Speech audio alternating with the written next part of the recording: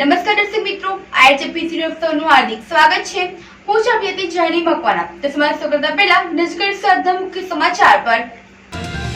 અંકલેશ્વર તાલુકાના ઉછાલી ગામેથી કદાવર દીપડો પાંજરે પુરાયો। ભરૂચમાં સ્વયં સૈનિક દળના ભાઈઓ અને બહેનોએ યોજી મૌન રેલી। જિલ્લા કલેક્ટરને આવેદનપત્ર પાઠવ્યું। અંકલેશ્વરના સારંગપુર પાટિયા પાસે રોંગ સાઈડથી આવતા ટેમ્પોના ચાલકે બાઇક ચાલકને લીધો અડફેટમાં। બાઇક ચાલક ઇજાગ્રસ્ત। અકસ્માત નજીકના સીસીટીવી કેમેરામાં કેદ। અંકલેશ્વર તાલુકાના ઉછાલી ગામેથી કદાવર દીપડો પાંજરે પુરાયો હતો। દીપડો નજરે પડતા ગ્રામજનોની રજૂઆતના આધારે વન વિભાગ દ્વારા પાંજરું ગોઠવવામાં આવ્યું હતું। દીપડો પાંજરે પુરાતા ગ્રામજનોએ હાશકારો અનુભવ્યો હતો। 2 દિવસ પૂર્વે અંકલેશ્વરના ખરોડ ગામેથી પણ દીપડો પાંજરે પુરાયો હતો। અંકલેશ્વર રેન્જ વિસ્તારમાંથી 6 મહિનામાં 9 દીપડા ઝડપાયા હતા। બીએમઓ વન વિભાગ અંકલેશ્વર આજરોજ ઉછાલી ગામેથી વહેલી સવારે એક દીપડો પાંજરે પુરાયેલ છે। છેલ્લા ઘણા વખતથી ઉછાલી ગામ લોકો દ્વારા તથા ખેડૂતો દ્વારા અત્રેને અરજી કરેલ કે શેરડીના ખેતરોમાં સતત દીપડો આડા ફેરા મારતો હોય અને તેના કારણે મજૂરો કામ પર ન આવતા હોય, તો તેના કારણે અને તેના આધારે મહેરબાન નાયબ વન સંરક્ષક શ્રી ભરૂચ નાઓની સૂચનાનુસાર ડીવી ડામોર આરએફઓ અંકલેશ્વર નાઓની સીધી દેખરેખ હેઠળ અમોએ ઉછાલી ગામે 3 જગ્યાએ અલગ અલગ ટ્રેપ પિંજરા ગોઠવેલ હતા। તો તેમાંથી એક ટ્રેપ પિંજરામાં આજરોજ એક નર દીપડો પિંજરે પુરાયેલ છે। હવે પછીની આગળની ધોરણસરની કાર્યવાહી નાયબ વન સંરક્ષક શ્રી ભરૂચ નાઓની સૂચનાનુસાર હાથ ધરવામાં આવેલ છે। ભોલાવ જિલ્લા પંચાયત વિસ્તારમાં આવતા નંદેલાવ વિસ્તારમાં હાલમાં જ ઘણા જ વિકાસના કામો થઈ રહ્યા છે। ત્યારે આજ રોજ ભરૂચના ધારાસભ્ય રમેશ મિસ્ત્રી અને જિલ્લા પંચાયત કારોબારી અધ્યક્ષ ધર્મેશ મિસ્ત્રીના હસ્તે નંદેલાવ ગ્રામ પંચાયતના વિવિધ ગ્રાન્ટોમાંથી ₹1.7 કરોડના ખર્ચે 24 વિકાસ કાર્યોનું લોકાર્પણ અને ખાતમુહૂર્ત વિધિ યોજાઈ હતી। જેમાં પ્રથમ બુરશા સોસાયટીના 7 લાખના ખર્ચે બનેલો મુખ્ય માર્ગનું લોકાર્પણ વિધિ રિબિન કાપી શ્રીફળ વધેરીને કરવામાં આવ્યું હતું। જ્યારે આલ્ફા પેવર બ્લોક અને સીસીટીવી કેમેરાના મળીને કુલ 4 લાખના કામોના ખાતમુહૂર્ત મહાનુભાવોના હસ્તે કરાયું હતું। આ પ્રસંગે નંદેલાવ તાલુકા પંચાયતના સભ્ય જયશ્રીબેન વાછાની, ગ્રામ પંચાયતના સભ્ય સરપંચ લક્ષ્મીબેન ચૌહાણ, ડેપ્યુટી સરપંચ સંજય સોલંકી સહિતના પંચાયતના સભ્યો, ભાજપના કાર્યકરો અને સ્થાનિક રહીશો ઉપસ્થિત રહ્યા હતા। આજે નંદેલાવ ગ્રામ પંચાયતની હદમાં આવેલ બુરશા સોસાયટીમાં 7 લાખ રૂપિયાના ખર્ચે તૈયાર થયેલા માર્ગનું લોકાર્પણ કરવામાં આવ્યું છે। સાથે સાથે નંદેલાવ ગ્રામ પંચાયતની હદમાં જ આવેલી જુદી જુદી સોસાયટીમાં 24 જેટલા કામોનું ખાતમુહૂર્ત થવા જઈ રહ્યું છે। ₹1.7 કરોડ રૂપિયાના ખર્ચે આ જુદા જુદા કામોનું આજે ખાતમુહૂર્ત થશે। ગ્રામ પંચાયતનું સ્વભંડોળ 15મું નાણાપંચ, જિલ્લા પંચાયતના સભ્ય શ્રી ધર્મેશભાઈ મિસ્ત્રીની ગ્રાન્ટ તેમજ રાજ્ય સરકારના સહયોગથી આ જુદા જુદા કામો લગભગ 1 કરોડથી વધારે રકમના થશે। બહુ મોટી સંખ્યામાં આજના લોકાર્પણ કાર્યક્રમમાં નંદેલાવ ગ્રામ પંચાયત વિસ્તારના આગેવાનો, સરપંચ, ડેપ્યુટી સરપંચ, ચૂંટાયેલા ગ્રામ પંચાયતના સભ્યો, સોસાયટીના સૌ અગ્રણી ભાઈઓ બહેનો ઉપસ્થિત રહ્યા છે અને આ કામો થવાના કારણે સોસાયટી વિસ્તારના લોકોમાં એક પ્રકારનો સંતોષ દેખાઈ રહ્યો છે।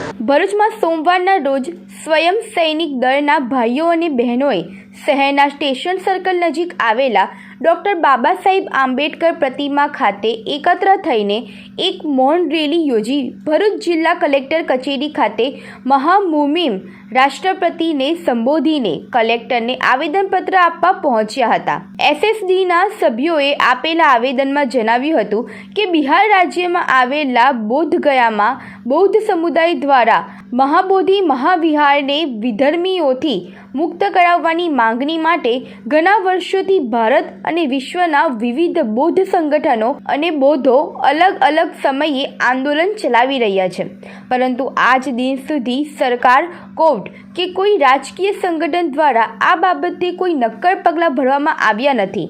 ભારત અને વિશ્વના બૌદ્ધ લોકો છેલ્લા ઘણા દિવસોથી બોધગયામાં અચોક્કસ મુદ્દતના ઉપવાસ પર બેઠા છે, કારણ કે તેમની માંગણીઓ અંગે સરકાર દ્વારા ઘણા આંદોલનો, અરજીઓ કરવામાં આવી રહી છે. તેમ છતાંય તેનું કોઈ પ્રકારનું નિરાકરણ આવ્યું નથી. બૌદ્ધ વિચારધારામાં માન્યતા વિશ્વના લોકો માટે મહાબોધિ મહાવિહાર ખૂબ જ પવિત્ર સ્થળ અને ધરોહર છે. આ મહાબોધિ મહાવિહાર 5મી સદીમાં મહાન સમ્રાટ અશોક દ્વારા ઈંટોથી બાંધવામાં આવેલ મઠ છે, જે માત્ર ઇમારત નથી, માત્ર પૂજા સ્થળ નથી, તે બૌદ્ધ માટે એક વારસો છે.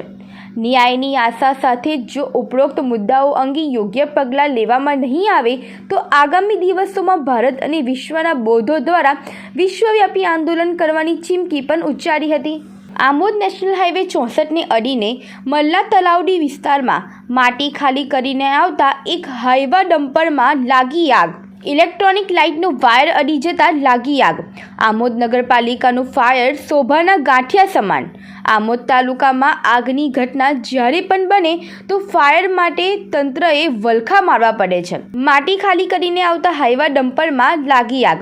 GJ16AU 3813માં આગ લાગી હતી. સદનસીબે મોટી દુર્ઘટના બનતા અટકી છે. અનિલભાઈ ગિરીશભાઈ રાણા. શું ઘટના બની? ઘટના તો એવી બની કે અહીંયા અમે માટી કામ ચાલે છે અમારું, અને માટી નાખવા આવી હશે ગાડી. હવે જીબીના જે થાંભલા જે છે એના વાયર એકદમ નીચે હશે. ગાડી ખાલી કરીને જેવી નીકળીને એટલે પેલો વાયર એક ઉપર લાગી ગયો હશે કેબિનની ઉપર. ડ્રાઈવરને ખ્યાલ નહીં આવ્યો એટલે ખેંચાઈને પછી વાયર બ્રેક થયો હશે એટલે ફાયર થઈ હશે વાયર, અને એને લઈને ગાડીને આગ પકડી લીધી. ફાયર બ્રિગેડ તમે ક્યાંથી મંગાવ્યું? મેં આમોદ નગરપાલિકાને જાણ કરી પણ કોઈ રિપ્લાય મળ્યો નહીં, એટલે પછી જંબુસર નગરપાલિકામાંથી મેં ફાયરની વ્યવસ્થા કરી. અંદાજિત કેટલું નુકસાન હશે ગાડીને? આશરે 5 લાખ રૂપિયાનું નુકસાન ખરું. JSS ભરૂચ ખાતે વિશ્વ વન્યજીવ દિવસની ઉજવણીના ભાગરૂપે માર્ગદર્શન કાર્યક્રમ યોજાયો હતો. ભારત સરકારના કૌશલ્ય વિકાસ મંત્રાલય દ્વારા સ્થાપિત જન શિક્ષણ સંસ્થાન ભરૂચ ખાતે ભરૂચ જિલ્લા વન વિભાગ દ્વારા RFO શ્રી DV ડામોરના માર્ગદર્શન હેઠળ વિશ્વ વન્યજીવ દિવસની ઉજવણીના ભાગરૂપે ફોરેસ્ટર શ્રી AP યાદવ તથા સોશિયલ ફોરેસ્ટ્રીના વનરક્ષણ શ્રી વિપુ Z ચૌહાણ તથા વનરક્ષણ શ્રી LN વસાવા દ્વારા તાલીમાર્થી બહેનોને વન્યજીવો વિશેની માહિતી પૂરી પાડી હતી. તેમજ કરુણા હેલ્પલાઇન 1962 તથા વન્યજીવ હેલ્પલાઇન 1926 વગેરે મહત્તમ ઉપયોગ અને કામગીરી વિશેની જાણકારી પૂરી પાડી હતી. JSS ભરૂચ ખાતે આ કાર્યક્રમ આયોજિત કરવા માટે નિયામક શ્રી ઝૈનુલ સૈયદ દ્વારા તેમને આવકારી આભાર વ્યક્ત કર્યો હતો. ભરૂચ નગરપાલિકાના પશ્ચિમ વિસ્તારમાં વિકાસના કામો ન થતા હોવાની અનેકવાર બૂમો ઉઠી હોય છે, અને વર્ષો પછી કોંગ્રેસના વિપક્ષના વિરોધ વંટોળ બાદ આખરે વોર્ડ નંબર 10માં ફાટા તળાવ ભક્તેશ્વર મંદિરથી નર્મદા નદી ફુરજા બંદર મંદિર સુધી RCC રસ્તો અને વરસાદી પાણીના કાયમી નિકાલ માટે બ્લોક ગટર માટે 3 કરોડ ગત વર્ષ 2018-19માં મંજૂર કરવામાં આવ્યા હતા, અને આ કામ માટે કોન્ટ્રાક્ટરને વર્ક ઓર્ડર તારીખ 15/7/2020ના રોજ આપવામાં આવતા કામગીરીનો પ્રારંભ કરાયો હતો.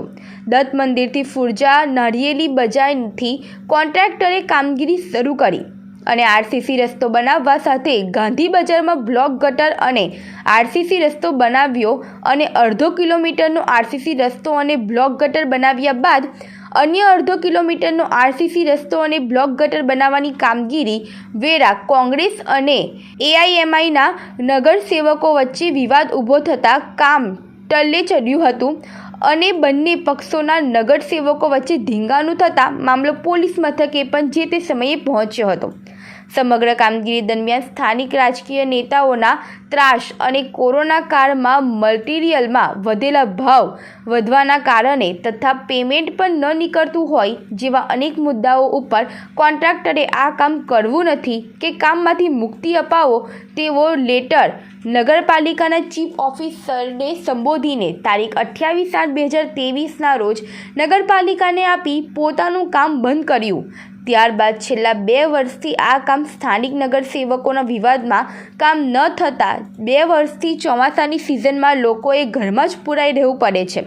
ખુલ્લી ગટરો સાથે બિસ્માર રસ્તા વાહન ચાલકોથી માંડી સ્થાનિકો માટે જોખમકારક બની જતા આખરે સ્થાનિક રાજકીય નેતાઓની લડાઈમાં નગરજનો પરેશાન બનતા હોય તેવા આક્ષેપ સ્થાનિકો કરી રહ્યા છે. અત્રે ઉલ્લેખનીય એ બાબત પણ છે કે નગરસેવકોની લડાઈમાં આખરે નગરજનોએ જ હેરાન થવાનો વારો આવ્યો છે. જો કે આ વોર્ડમાં હંમેશા કોંગ્રેસે પોતાનો કબજો જાળવી રાખ્યો છે, પરંતુ આ જ વોર્ડમાં કોંગ્રેસ વચ્ચે AIMની એક બેઠક આવી હતી અને સતત આ વોર્ડમાં વિવાદ વકર્યો હતો. પેટા ચૂંટણીમાં પણ આ વોર્ડમાં AIMની મહિલા ઉમેદવાર જીતી હતી, જેના કારણે વોર્ડ 2 બેઠક AIM અને 2 બેઠક કોંગ્રેસની રહી છે. જેના કારણે આ વિસ્તારમાં સતત વિકાસના કામોમાં રોડા નાખવાનું કામ રાજકીય નેતાઓએ જ કર્યું હોવાના કારણે આખરે ભોગવવાનો વારો સથવારી નગરજનોને જ આવ્યો છે. અંકલેશ્વરના સારંગપુર પાટિયા પાસે ગત 28 ફેબ્રુઆરીના રોજ બપોરના અરસામાં રોંગ સાઈડથી આવતા ટેમ્પાના ચાલકે બાઇકને અડફેટમાં લેતા બાઇક ચાલકની ઈજા પહોંચતા સારવાર હેઠળ ખસેડવામાં આવ્યો હતો. આ અકસ્માત નજીકમાં લગાવેલા CCTV કેમેરામાં કેદ થયો હતો. બનાવની વિગતો અનુસાર ગત 28મી ફેબ્રુઆરીના રોજ બપોરના અરસામાં અંકલેશ્વરના સારંગપુર પાટિયા પાસેથી બાઇક ચાલક પસાર થઈ રહ્યો હતો. તે દરમિયાન રોંગ સાઈડ પૂરપાટ ઝડપે આવતા ટેમ્પોના ચાલકે બાઇકને અડફેટમાં લેતા અકસ્માત સર્જાયો હતો. આ અકસ્માતમાં બાઇક ચાલકની ઈજા પહોંચતા નજીકની હોસ્પિટલ ખાતે સારવાર હેઠળ ખસેડવામાં આવ્યો હતો. આ અકસ્માતની જાણ પોલીસને થતાં પોલીસ દોડી આવી હતી. જો કે આ અકસ્માતની ઘટના નજીકમાં લગાવેલા CCTV કેમેરામાં કેદ થઈ હતી. અને મુખ્ય સમાચાર પર ફરી એક નજર. અંકલેશ્વર તાલુકાના ઉછાલી ગામેથી કદાવર દીપડો પાંજરે પુરાયો. ભરૂચમાં સ્વયં સૈનિક દળના ભાઈઓ અને બહેનોએ યોજી મૌન રેલી. જિલ્લા કલેક્ટરને આવેદનપત્ર પાઠવ્યું. અંકલેશ્વરના સારંગપુર પાટિયા પાસે રોંગ સાઈડથી આવતા ટેમ્પોના ચાલકે બાઇક ચાલકને લીધો અડફેટમાં. બાઇક ચાલક ઈજાગ્રસ્ત. અકસ્માત નજીકના CCTV કેમેરામાં કેદ. તો હતા તે સમાચાર. આવતીકાલે ફરી મળીશું નવા સમાચાર સાથે. નમસ્કાર.